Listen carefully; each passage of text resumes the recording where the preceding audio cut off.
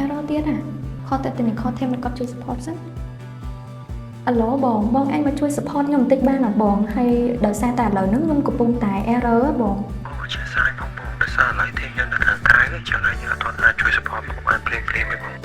អូខេបងអត់អីទេចឹងអរគុណច្រើនបង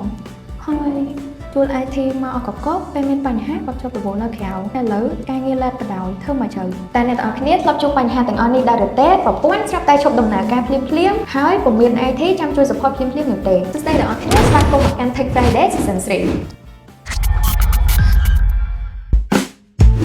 ក៏ដូចជាសួស្តីទាំងអស់គ្នាខ្ញុំម៉ាយ៉ាជា Technician មកពី Preset Solution អញ្ចឹងថ្ងៃនេះផងដែរខ្ញុំមាន topic មួយដែលចង់មកនិយាយអំពីថាតើ Manage IT Service គឺជាអ្វីហើយអ្វីបានជាអាជីវកម្មជាច្រើនត្រូវការ Manage IT Service Manage IT Service គឺជាសេវាកម្មមួយដែលក្រុម Professional IT គាត់ធ្វើការទៅគ្រប់គ្រងនិងថែទាំប្រព័ន្ធបច្ចេកវិទ្យារបស់អ្នកទាំងអស់គ្នាជាប្រចាំដើម្បីធានាថាវាដំណើរការបានរលូនក៏ដូចជាមានសុវត្ថិភាពផងដែរអញ្ចឹងវាក៏ដូចជាការថែទាំសុខភាពរបស់អ្នកទាំងអស់គ្នាដែរមានន័យថាមិនចាំបាច់តតែអ្នកទាំងអស់គ្នាឈឺធ្ងន់ទៅអ្នកទាំងអស់គ្នាទៅមន្ទីរពេទ្យទេប៉ុន្តែយើងអាចពិនិត្យសុខភាពជាប្រចាំដើម្បីធានាថាបញ្ហាទាំងអស់នោះយើងអាចការពារបានមុនពេលដែលបញ្ហាទាំងអស់នោះកើតឡើងហើយអ្វីបានជា